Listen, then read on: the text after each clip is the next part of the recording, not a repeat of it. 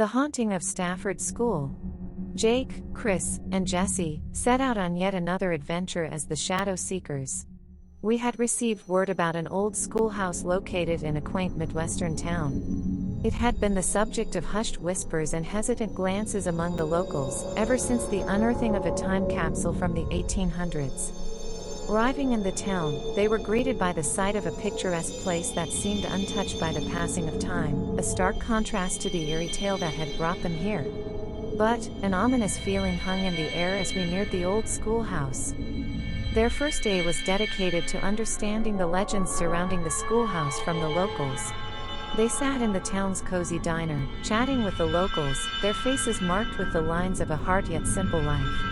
They spoke in hushed tones about the schoolhouse, their eyes flickering to the looming structure on the town's outskirts. The locals shared stories of strange occurrences, echoes of laughter and weeping when the schoolhouse was empty, fleeting shadows, and whispers that filled the silence of the night. The unearthed time capsule seemed to have stirred the sleeping ghosts of the past. Jessie's specialty is understanding folklore and history. She felt a strange connection to the artifacts within the time capsule.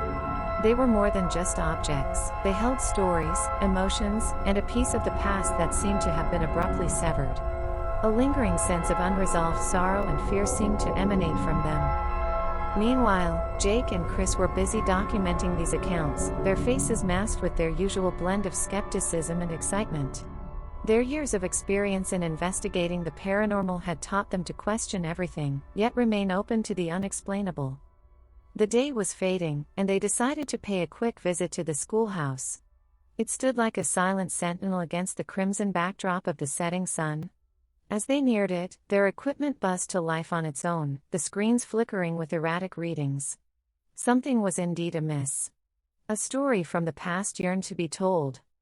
Upon entering the schoolhouse, the air changed. The past hung heavily in the stale, musty air, and every creak of the old wooden floor seemed to whisper tales of days long gone. The simple rows of wooden desks, dust-coated chalkboards, and old maps offered a glimpse into the lives that once filled this room. Despite the chill seeping into their bones, they divided the tasks. Jake was to explore the grounds outside while Chris stayed in the classroom with the audio equipment, attempting to catch electronic voice phenomena. Jesse, armed with a video camera and a determined resolve, decided to venture into the small, forgotten basement where the time capsule had been found. As she descended the narrow, rickety stairs into the basement, she felt an energy shift.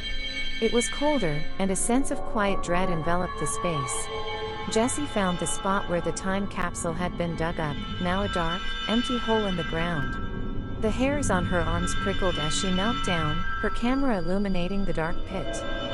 Meanwhile, Chris's voice crackled over the walkie-talkie, reporting odd noises picked up on the EVP - soft whispers, indistinct, yet clearly not of this time. Jake reported a dense fog had settled over the grounds, a fog that wasn't there moments before. Unusual. Yes. Paranormal. Maybe. In the basement, Jessie turned her camera to an old shelf full of trinkets left untouched for ages. At the same moment, Jake's voice came over the radio, filled with a mix of excitement and fear. He had seen a spectral figure of a woman in old-fashioned clothing and several children wandering through the mist.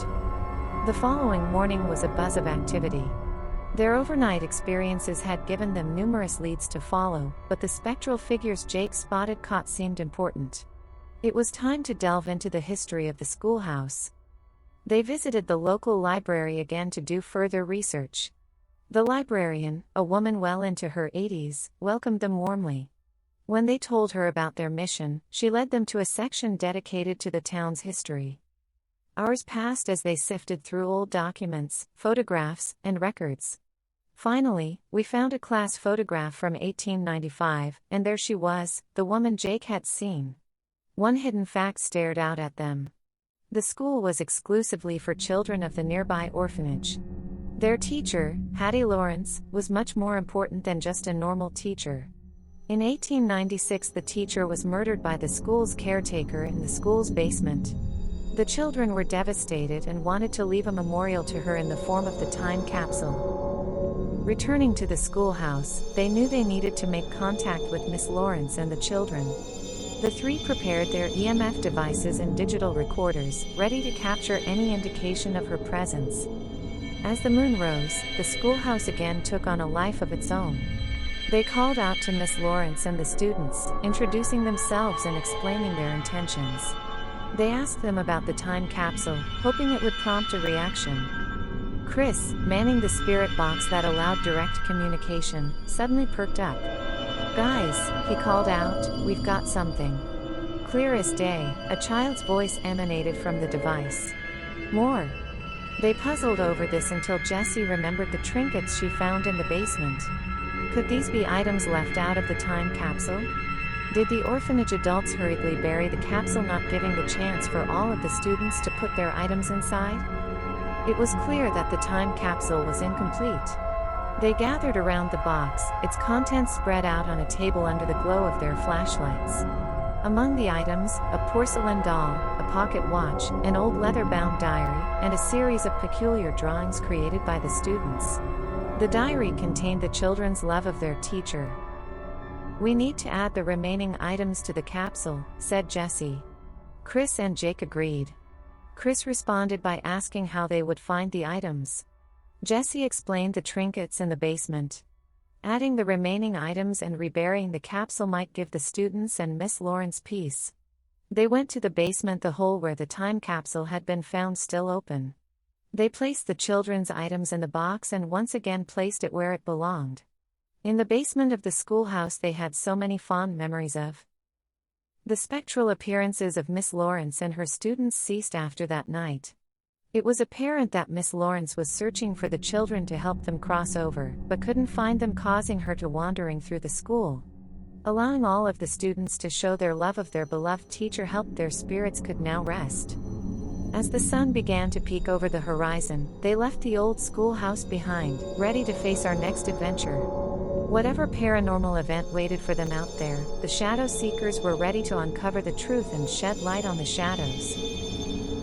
Subscribe, like, and comment. Watch these videos next.